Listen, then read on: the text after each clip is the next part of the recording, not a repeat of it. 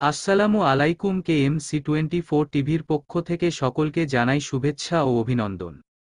সরকারি প্রতিনিধি দল না আসা পর্যন্ত আন্দোলন চালিয়ে যাওয়ার ঘোষণা চাকরি প্রত্যাশীদের। সরকারি চাকরিতে প্রবেশের বয়সসীমা ৩৫ বছর করার দাবিতে রাজধানীর শাহবাগে সড়ক অবরোধ করেছে চাকরি প্রত্যাশীরা।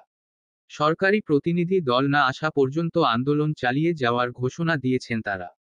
সরকারের তরফ থেকে এ বিষয়ে সুস্পষ্ট ঘোষণা দেয়ারও দাবি জানান তারা।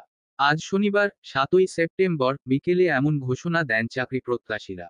এর আগে বিকেলে ৫টা পর্যন্ত সড়কে থাকার ঘোষণা দেন তারা। এই সময়ের মধ্যে সরকারি প্রতিনিধি দল ঘটনাস্থলে এসে বা তাদের প্রতিনিধি দলের সাথে উপদেষ্টাদের সাক্ষাতের দাবিও জানান তারা।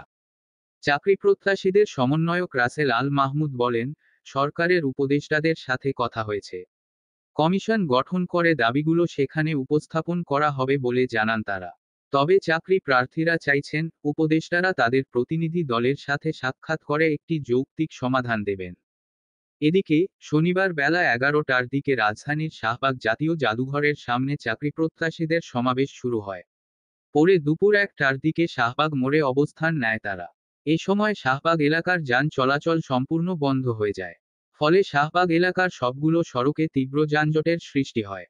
আন্দোলনকারীরা বলেন, বিশ্বের প্রায় ১৬২টি দেশে চাকরিতে আবেদনের বয়সসীমা কমপক্ষে ৩৫ বছর, তার মধ্যে কিছু দেশে তা উন্মুক্ত।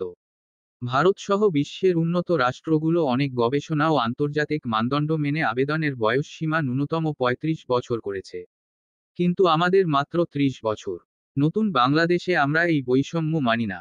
বয়স না মেধা, মেধা মেধা আর নয় কালক্ষেপণ। এবার দাও প্রজ্ঞাপন, ৩০-এর শৃঙ্খল ভেঙে দাও, গুড়িয়ে দাও। পদ্মা, মেঘনা, যমুনা, ৩৫ আমার ঠিকানা।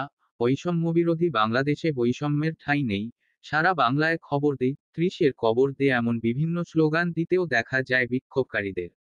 সকল প্রকার আপডেট সংবাদ, ফানি, বিনোদন ও সামাজিক ভিডিও দেখতে আমাদের চ্যানেল KMC24 টিভি সাবস্ক্রাইব করুন।